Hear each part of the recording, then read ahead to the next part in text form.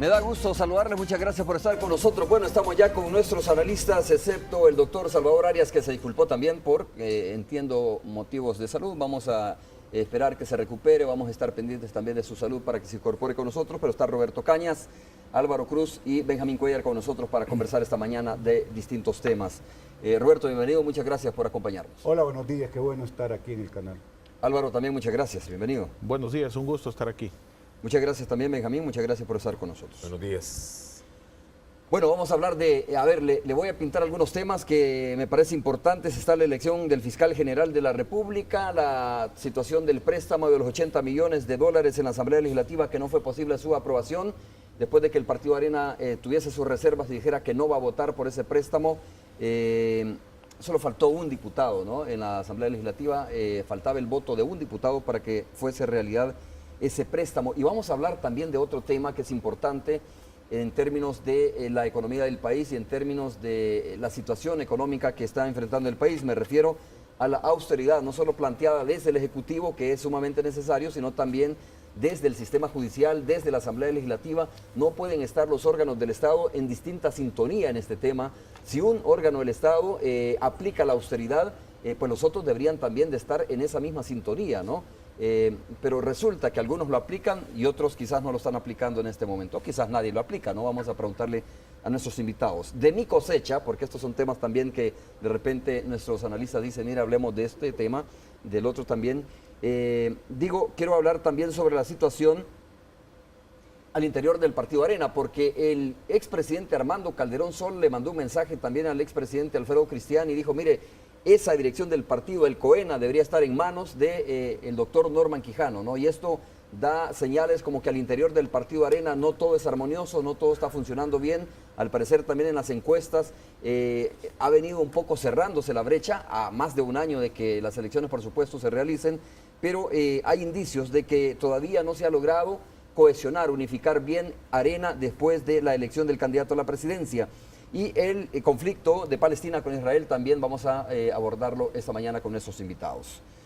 Comenzamos con este tema de la cohesión al interior del Partido Arena. Roberto, ¿cuál es tu opinión respecto a esto? ¿De verdad crees tú que hay una situación de estira y encoge al interior del partido? Obviamente después de la salida de los 4 diputados y estas declaraciones del expresidente Armando Calderón Sol. Bueno, para mí, Romeo, es muy difícil tener opinión acerca de la crisis interna de Arena, puesto que solo estando adentro uno puede hacerse una idea exacta de qué es lo que realmente pasa. Es evidente que ahí muchas de las cosas en lo verbal se lava esa ropa sucia adentro en la casa, pero los hechos que son a través de los cuales puede conocer uno el nivel de la crisis son bastante evidentes. 4 diputados que dejan la fracción, un señalamiento permanente que a veces es más solapado, a veces es más declarado de cuestionamiento a la dirección de la presidencia de Arena en Cristián y la necesidad de cambiarlo. Hay que entender que el vínculo de Armando Calderón Sol con Quijano es muy fuerte y que si Armando Calderón está diciendo eso refleja que hay una posición muy fuerte al interior de Arena de cambiar la presidencia del partido, por lo que se ha estilado hasta el pasado que el candidato, además de ser candidato y después presidente, es también presidente del partido.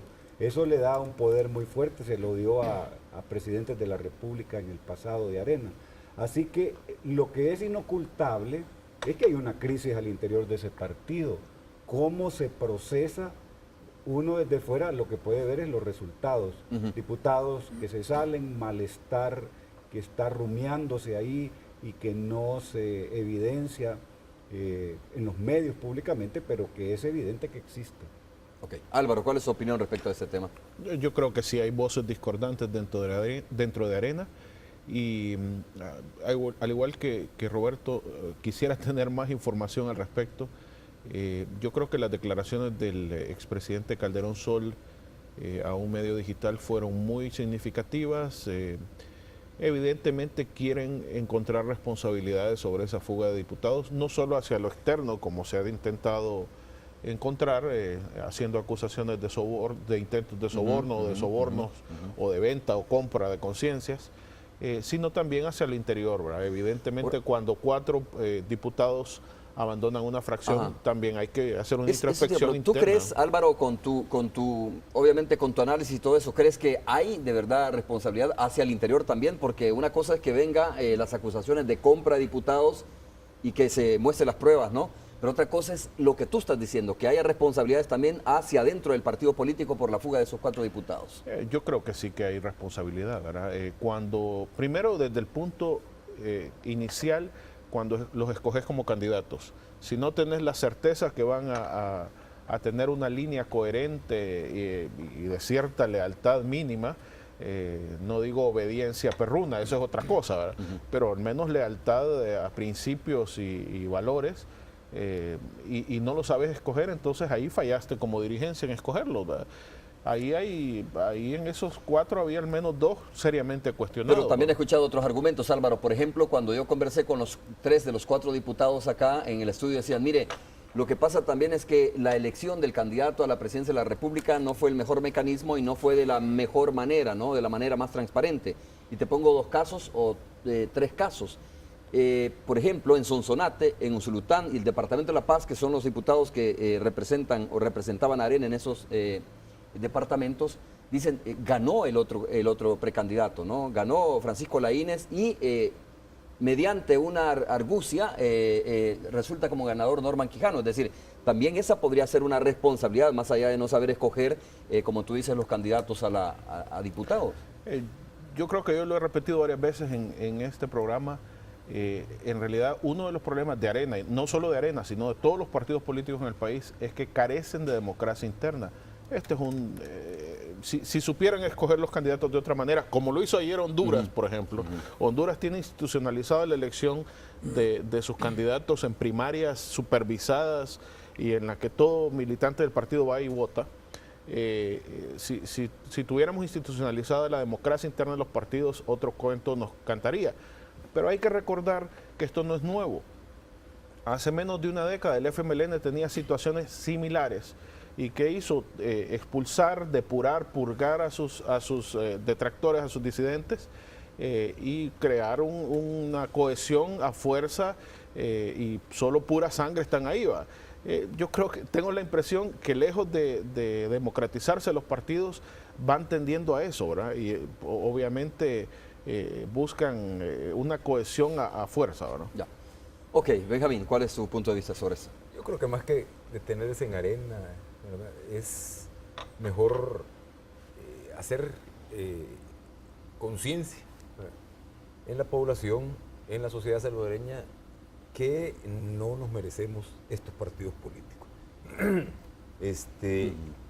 Álvaro habla de principios y valores. ¿Cuáles principios y valores? Pregunto yo. ¿Los de la teoría o los de la práctica? Los de la teoría son unos. La práctica es que todos hacen lo mismo. Óscar Castro Faguaga, en un artículo en un periódico, ya se me salió. En la prensa gráfica, Sí, la prensa supongo, gráfica. ¿no? Sí, no, es que me miraste mal. No, sí, Óscar Castro Faguaga arranca con una sátira política, ¿verdad? Al mejor estilo de sátira política, arranca con el Pacto de San Andrés, ¿verdad? Y comienza a parodiar, diciendo de que ahí apareció la misma persona que le ha pagado a todos. No será la misma, pero es el mismo estilo, ¿verdad? Entonces yo creo que es importante, si viviéramos un país más, no vamos a decir decente, sino que menos indecente, ¿verdad? Yo creo que Francisco Laínez debería de tener una explicación para decir por qué se quedó después de que le hicieron lo mismo hace 5 años en Arena, y se quedó en Arena. Y ahora, ¿por qué, si es cierto lo que están diciendo de él, por qué ha hecho esto? O sea, yo creo que el problema en El Salvador es que los partidos políticos están secuestrados, como las instituciones, por grupos de poder que hacen lo que quieren con estas entidades. Se habla de conciencia, yo lo he repetido aquí varias veces. O sea, si a mí me dicen de que de repente le surge conciencia a un diputado para votar no por los principios y valores del partido, no con base en los principios y valores del partido, sino con base a su conciencia, entonces que primero le vaya a pedir perdón a la gente en Santa Marta, Cabaña, ¿verdad? Toda esa gente que lo acusa de haber sido el que dirigió las tropas que cometieron masacres en Santa Marta, en Cabañas. Entonces yo creo que o se habla de que Calderón Sol Quijano está alineado con el grupo Calderón Sol, y viene Calderón Sol y propone de que Cristiani salga del entregue el poder partido, sí. y Quijano dice que no. O sea, entonces ya el rumor de que Francisco Flores ha tomado en sus manos la campaña de Quijano y es ahora el padrino de Quijano, se vuelve más cierto. O sea, realmente yo creo que cada vez más es El Salvador. Pero yo primera vez que escucho eso, ¿no? De que Paco Flores se ha tomado la campaña o el comando de campaña de Norman Quijano. Yo ya lo escuché varias veces. Ajá. Y con esto que ha ocurrido, de que Quijano dice que no, que siga Cristiani, que él no quiere asumir eso, después de que Calderón Sol lo dice tan claramente que le entreguen la presidencia del partido, a mí por lo menos me da razones para creer que es cierto, ¿verdad? Entonces yo creo que es necesario que aquí el factor clave es la sociedad. Si la sociedad se va a seguir dejando haciendo lo que le han hecho hasta ahora, en la posguerra, ¿verdad?, cuando ya supuestamente el país había cambiado, entonces estamos mal y vamos a seguir de mal en peor. Ok. Bueno, donde no parece, Roberto, haber conciencia, hablando de este término que está utilizando Benjamín, es en el tema de la austeridad, ¿verdad? Ha habido datos sumamente disparados, digo, y datos impresionantes. Por ejemplo, el diario El Mundo recogía alguna información sobre el costo que está teniendo los pasajes en la Asamblea Legislativa, pero no solo eso, sino también este bono que se va a dar a los empleados judiciales de nuestro país, que o sea, creo que no somos nosotros, o por lo menos yo, para decir si se lo merecen o no se lo merecen, pero el punto es o todos en la cama o todos en el suelo, como dicen. De repente, si lo merecen los del sistema judicial, pues también lo merecen los del Ejecutivo o Legislativo, ¿no? Y la pregunta es si el país está en condiciones económicas, si está en su momento mejor para poder hacer este tipo de regalías, si se quiere llamar de esa manera, o ese tipo de bonos, Roberto. Bueno, yo creo que hay que poner en contexto el tema del despilfarro, el tema del derroche de los recursos, el tema de la austeridad. Es decir, el punto de partida es que los recursos con los que se está trabajando son recursos públicos. ¿Qué quiere decir eso? Que son los recursos de los contribuyentes, de todos nosotros. Entonces, claro, el malestar, y con razón surge, cuando uno se da cuenta que lo que deja de comprar por pagar impuestos, o lo que deja de usar como dinero para otro fin, pues es utilizado mal, es derrochado, es despilfarrado. El punto de partida entonces es que los recursos del Estado son recursos que vienen de los impuestos, son sagrados porque son de los contribuyentes, y todos deberíamos de estar pendientes de cómo se usan. Entonces, la austeridad. Ciertamente hoy, que es un periodo complicado en el mundo, hay ejemplos muy claros en Francia. Hollande, el presidente que acaba de asumir en la República de Francia el gobierno, pues inmediatamente que ingresaron al gobierno se decretó que un 30% de los salarios de los funcionarios de más alto nivel se iban a rebajar. Se rebajaron en un 30% los salarios. Entonces, ahí sí estás predicando con el ejemplo, porque se puede decir que se evitan enviar tarjetas. ¿Está sugiriendo que aquí los funcionarios deberían de hacer lo mismo, de bajarse el salario? Por lo menos sería una manera contundente de demostrar de que efectivamente están en la línea de la austeridad. Porque me digas que no manden tarjetas de felicitación en Navidad o que no hagan fiesta, es como que en una oficina ya no den café o den azúcar y que las personas lo traigan de la casa para ahorrar.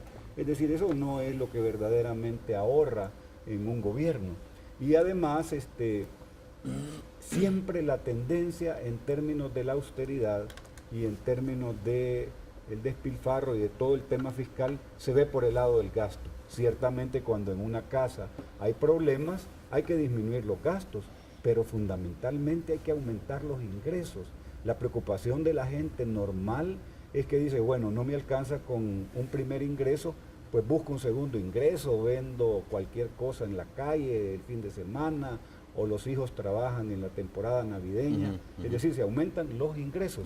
Entonces yo digo que está bien iniciar una campaña de austeridad, pero en serio, que se ve efectivamente cuestiones simbólicas como, y no tan simbólicas, pero importantes, como que de nivel más alto de los administradores del Estado, de los funcionarios públicos, haya una declaración de que a partir del mes de diciembre se van a rebajar el salario en una cantidad importante. Eso sería ya un llamado de atención muy fuerte. ¿Y qué piensas particularmente de este bono que se entrega en el sistema judicial de nuestro país? Bueno, que no hay dinero para... ¿Cómo no? Si hay dinero, ya viste que si hay, se lo van a dar, ¿no? Bueno, hay, pero es decir, no hay para. en el Estado, cuando se administra el Estado, en el gobierno, si tú das dinero para una cosa, falta para otra. Si efectivamente ya el ministro de Hacienda autoriza, porque yo tenía entendido que no estaba todavía la autorización del Ministerio de Hacienda para disponer de estos recursos. Creo que no están bien utilizados. Nadie discute que los trabajadores necesitan aumento de salario. Nadie discute que es legítimo que pueda aspirar a alguien a que el salario mínimo se aumente. Todo eso es fundamental, es importante para crear además capacidad de consumo. Es decir, estamos empezando ya la temporada de fin de año y es uno de los pocos momentos en que se reactiva la economía porque hay una circulación de dinero más fuerte, la gente compra y lo espera la economía con ansias porque aumenta el desarrollo económico, por lo menos en términos de compras. Pero, insisto, los recursos del Estado son públicos, son sagrados, todos deberíamos de estar atentos a ver cómo se gastan. Los viajes, la compra de vehículos 4x4, en la cual funcionarios de primero, de segundo, de tercer nivel, en las apariencias del poder, porque eso es lo que al finalmente sucede. Hay gobernantes que son seducidos por esas apariencias, de tener carros del año, viajar en primera clase y todo lo demás. Bueno, Álvaro, el gobierno, aunque sea insignificativo, el Ejecutivo, digo, no en términos más concretos, aunque sea insignificativo, se ha dicho que por lo menos va a aplicar la austeridad. No sé si en realidad la están aplicando, pero no está a tono, ¿no?, con lo que se está haciendo en el órgano judicial de nuestro país, y entiendo, por los datos que ustedes publicaron también, tampoco está a tono en lo que está pasando en la Asamblea Legislativa de nuestro país. Así es, en el portal de transparencia de la Asamblea Legislativa, que por cierto no tiene toda la información que debería tener, pero bueno, hay que sacar lo que se publica. El diputado Francisco Merino, por ejemplo, hizo un viaje a China del 7 al 19 de septiembre de 2012 y el boleto costó $9.993. Yo creo que ese cito el del diputado Merino porque es el más caro que aparece. ¿Y qué otros aparecen ahí? Aparece el diputado Gallegos, el diputado Machuca, Roberto Lorenzana, Sigfrido Reyes, Margarita Escobar, Alberto Romero, Margarita Escobar. Es decir, aquí todos los directivos de la Asamblea Legislativa un día se les ocurrió viajar en primera clase, ¿verdad? Entonces, evidentemente, bajo el costo del dinero de los contribuyentes, que es lo que ustedes y nosotros pagamos impuestos, ¿verdad? Estos signos nos reflejan cómo se derrocha dinero en el Estado. El presidente Funes criticaba el fin de semana el bono de la Corte Suprema, pero lo triste en la Corte Suprema no solo es que se otorgue un bono que no se tiene el dinero para otorgarlo a los empleados, sino que desde agosto, que esta nueva Corte asumió la administración, se ha aumentado el nivel de deuda a los proveedores de 3.4 millones a 10 millones. Entonces, no hay dinero para pagar lo urgente a los proveedores, pero hay dinero para un bono navideño a los empleados, el segundo en menos de 6 meses, ¿verdad? En el fondo yo creo que esto es motivado por clientelismo político, después de aquel mitin famoso de julio con levantando al campeón, ¿verdad? Entonces, Mini Mosca, sí. Ahora, Álvaro, a mí lo que me preocupa también, evidentemente hay otros órganos del Estado, incluso en el mismo Ejecutivo, uno ve algunos funcionarios con una cantidad de vehículos que no se corresponde a su nivel. Es decir, yo entiendo que haya funcionarios que se les dé seguridad, que tengan policía cuidándolos, etcétera, pero hay funcionarios de mediano y bajo nivel con una cantidad de vehículos que no se corresponden a Ahora, su mira, nivel. solo quiero preguntar por el viaje este de $9,000. ¿Eso vale el pasaje? Yo no sé, lo ignoro, no sé si eso vale, pero digo... eso dice el pero- portal de transparencia. Pero bueno, a eso hay que agregarle es- viáticos, ¿verdad? ¿Esos viajes son necesarios o no son necesarios? O sea, pregunto, de repente pues es necesario que un diputado vaya a representar al país, no hay supongo, a relaciones ese lugar. diplomáticas ni comerciales con China. no, Pero eso es supongamos lo de menos, que ¿no? O sea sea, a un- lo mejor es el principio para comenzar a abrir relaciones diplomáticas, Supongamos supongo que yo. sea un evento internacional que valga la pena. Si ustedes se reciben una invitación para un evento internacional, no lo van a recibir de hoy para mañana, ¿verdad? Lo reciben dentro de un mes, supongamos un mes. Ustedes hacen una revisión en cualquier agencia de viajes o en cualquier portal de internet de las aerolíneas, y un boleto de esos no debería costar más de $3,500 si se compra a tiempo. Lo que pasa es que, claro, si uno le agrega lujos, en las aerolíneas asiáticas no solo hay primera clase, hay clase dinastía, hay clase no sé cuánto, de unas que le ponen a uno las pantuflas, las aeromosas, ¿verdad? Entonces, claro, si uno quiere vivir como rey a costa de los impuestos, se puede Ok. hacer también, ¿verdad? Pero qué bueno pero que miren, aclaras que ahí hay lo- diputados de todos los de partidos todos los políticos, partidos. Yo ¿no? puse Que el han ejemplo- pagado pasajes sumamente caros. Yo puse el ejemplo máximo, ¿verdad? Ahora, lo triste de esto, miren, no solo el ejemplo que ponía Roberto, que nos suena lejano. ¿verdad? Miren, en Honduras, en agosto pasado, el presidente Porfirio Lobo ordenó la rebaja del 11% de los salarios de aquellos funcionarios que ganan más de $2,500 mensuales. Y la semana pasada el gobierno español ordenó el recorte del 66% de los vehículos oficiales para que se ahorraran gasolina y el funcionario que quisiera utilizar vehículos que usar el propio. ¿verdad? Solo están exclusivamente para fines oficiales. Benjamín. Yo creo que es importante seguir la pista a quienes predican, ¿verdad? Pero no dan el ejemplo.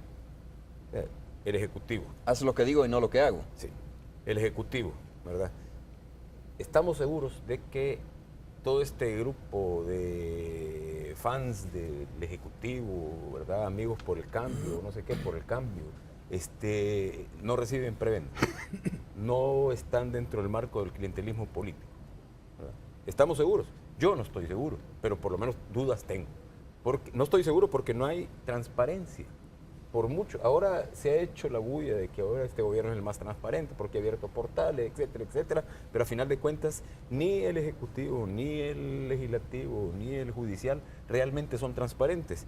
Yo creo que seguridad para quién va a querer atentar contra funcionarios como por ejemplo presidentes de autónomas o semiautónomas. ¿Quién va a querer atentar contra ellos? ¿Por qué necesitan tanta seguridad? ¿Y por qué a la par de estos que andan seguidores, etcétera, en Academia Nacional de Seguridad Pública o en otros lados, hay otros funcionarios que no hacen ese derroche de recursos que el pueblo salvadoreño los necesita? Yo creo que, francamente, aquí el problema es de equidad. Si el bono se lo dan a los empleados de la Corte Suprema de Justicia, lo tendrían que dar a todos, porque todos trabajan por igual, ¿verdad? Pero no hay dinero. O sea, se está pagando clientelismo político. Entonces yo creo que este gobierno, y me refiero al Ejecutivo, despertó mucha esperanza en mucha gente. Sí, pero esa esperanza yo creo que es la peor víctima mortal, o por lo menos está agonizando en estos 3 y tantos años Ahora, que han transcurrido. Benjamín, este gobierno, partamos del hecho que este gobierno lo hace, ¿no? Pero también yo entiendo que esta ha sido una práctica incluso de gobiernos anteriores. Sí, pero por eso la diferencia es que ahora, por ejemplo, Álvaro pudo encontrar esos datos en un portal que los publica la Asamblea Legislativa. Antes no se publicaban esos datos. Entiendo yo que para que los periodistas accesáramos a información como la que Álvaro encontró en el portal de la Asamblea Legislativa, pues tendrías que tener un súper amigo al interior de la Asamblea Legislativa que te facilitara esa información. Ahora creo que por lo menos se dice francamente, mire, ahí está lo que gastó este diputado para viajar a tal lugar. ¿Ah? Sí. Y puede usted corroborarlo probablemente con la agencia de viajes y decirle, voy a ir a ver si es cierto que cuesta eso un viaje a tal lugar. Es como ¿no? que me digas, Pero yo En creo El que es un Salvador avance significativo es eso. como que me digas, en El Salvador hay Procuraduría para la Defensa de los Derechos Humanos. Pecado sería que no hubiera, ¿verdad? Si en todos los países hay. O sea, hay cosas que las haces, ¿verdad? Para parecer, pero no ser, ¿verdad? Yo creo que francamente... Y eso es para parecer, según tú, esta ley yo- de acceso a la información pública. Yo tengo cosas como, por ejemplo, hay información como, por ejemplo, que no fluye. Yo voy a hacer una prueba, y lo digo así francamente. Voy a preguntar, o voy a pedir con la ley de acceso a la información desde el IDUCA, que me den la información desde el 11 de noviembre hasta el 21 de noviembre de hace 23 años. 10 días quiero saber, la información en el Estado Mayor de la Fuerza Armada. A ver si me la dan. Bueno, nos Lo la traes platicamos, el próximo lo lunes. platicamos. No, Que, voy a hacer digo, la solicitud. Por eso, Sí. nos traes, probablemente lo encuentra ya en el portal, De ¿no? todos No, los no archivos. debería estar en el No, portal. no está en el portal, no está en el portal. Entonces haz la prueba, ¿ya Fuerza hiciste Armada tú del la Estado prueba esa? Mayor, la voy a hacer, Ya. estoy diciendo. ¿Y A cómo 23 sabes que no está en años. el portal si no lo has hecho? No, en el portal no está. No está. No, en el portal Tú vas no a está. hacer la Voy a hacer la solicitud. solicitud. Y después te voy a contar, no la próxima semana. Ahora, te voy a contar a ver si me entregan esa información. Pero solo quiero señalar, el problema es que se pidió la información antes de la ley de transparencia, porque las leyes no son determinantes. La voluntad y la valentía para hacer las cosas sí son determinantes. Entonces, en ese sentido, yo creo que ProBúsqueda pidió la información sobre niñas y niños desaparecidos a la Fuerza Armada y no se le ha entregado, ¿sí? Independientemente de que exista ley o no. Este gobierno dijo que era cambio, entonces debe de ser austero, probo y transparente. Pregunto, ¿y no estamos centrando, Roberto, el debate en el árbol y no en el bosque? Quienes nos están viendo en este momento, empleados del sistema judicial, de la Asamblea Legislativa, del mismo Ejecutivo, han de decir, bueno, ¿y por qué están hablando de austeridad y están criticando al Ejecutivo, al Legislativo y al Judicial por un bono de $900, $1,200, $1,100, no sé, y por viajes de $1,500, $9,000, etcétera, que me parece obviamente que es una cuestión que hay que aclararla, que hay que tener más transparencia en eso? Pero ¿por qué están hablando de eso y no se habla entonces de la evasión fiscal y de la elusión fiscal de empresas grandes, como aquel día que dijo el diputado Arias, ¿no? Que es información que él, supongo, maneja, que hay por lo menos 7 empresas que declaran pérdidas? ¿Y por qué están hablando de eso cuando hay empresas que están tratando de evadir el impuesto sobre la renta, ¿no? Que dificultan al Ejecutivo? Yo tengo información de una de ellas que dificulta al informativo, que le da tantas vueltas para darle la información y la documentación al Ejecutivo para tratar de que se vence el plazo para que no pueda pagar ya la renta. Es decir, eso creo que ese es el gran bosque, ¿no? El gran árbol que debemos de fijarnos, por supuesto, también analizando este tema que estamos hablando ahora. Claro, porque el corazón de esto se llama política fiscal.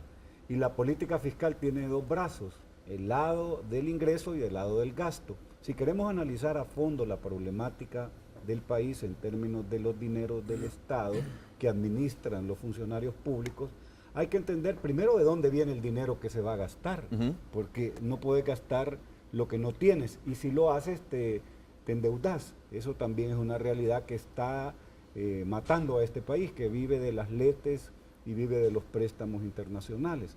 Pero entonces, para ir al fondo de la cuestión, a la raíz, hay que decir que la manera en que se administra la parte fiscal del país tiene problemas serios. Del lado del ingreso, la recaudación fiscal está sostenida fundamentalmente en los impuestos indirectos. Es decir, que paga más aquí la persona no a partir de sus ingresos y su riqueza, sino que a partir de su consumo. Tenga uno empleo o no tenga mucho dinero o no tenga dinero, pues siempre paga a partir del Pacto de San Andrés, que fue el primer momento donde se compraron voluntades y votos después de la firma de los acuerdos de paz, pues se paga el 13% de impuesto al valor agregado.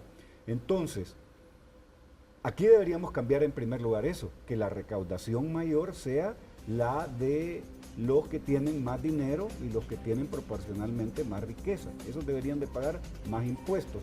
En el Senado, en el Congreso de los Estados Unidos, la discusión está alrededor de eso. Está Estados Unidos a punto de llegar a un abismo fiscal. Obama está planteando que los millonarios, y hay millonarios patrióticos, que tengan ingresos anuales de más de $1 millón, paguen impuestos importantes. Eso es un tema tabú en El Salvador. Entonces yo diría, empecemos a hablar de la fiscalidad a partir del ingreso. Y claro, también hablemos del gasto. Y por supuesto que hay que eliminar el déficit fiscal. Se gasta aquí más de los ingresos que se reciben y hay que lanzar una política de austeridad en serio, en la cual hay que predicar con el ejemplo, porque eso es lo que arrastra. Es decir, hay que esperar anuncios importantes en términos de austeridad y en términos de disminución del despilfarro, del derroche, que es lo más ofensivo, porque las personas lo ven todos los días en la calle, cómo sus impuestos están utilizándose. O malgastándose en todo caso. Bueno, yo tenía un amigo costarricense que orgullosamente me decía en San José, mira, esta escuela, este instituto se hizo con los recursos del gobierno, con los impuestos que yo pago. Y yo le podría decir, mira, ese carro 4x4 y los seguidores también se financian con los impuestos que nosotros pagamos. Tengo que hacer la primera pausa comercial. Cuando regresemos vamos a hablar también sobre un tema que parece estar muy ligado al otro, ¿no? La aprobación de los 80 millones de dólares en la Asamblea Legislativa para el área de salud, que lo están necesitando sin duda los hospitales del país, porque no hay medicamentos, porque hay equipo también obsoleto ya en los hospitales que necesita ser renovado o en su defecto ser reparados, como el hospital de Sacamil, y la elección del fiscal general de la República, que continúa pendiente y del cual nosotros continuamos poniendo el dedo, ¿no? Continuando este debate que se da también en el Congreso de nuestro país. Pausa, regresamos.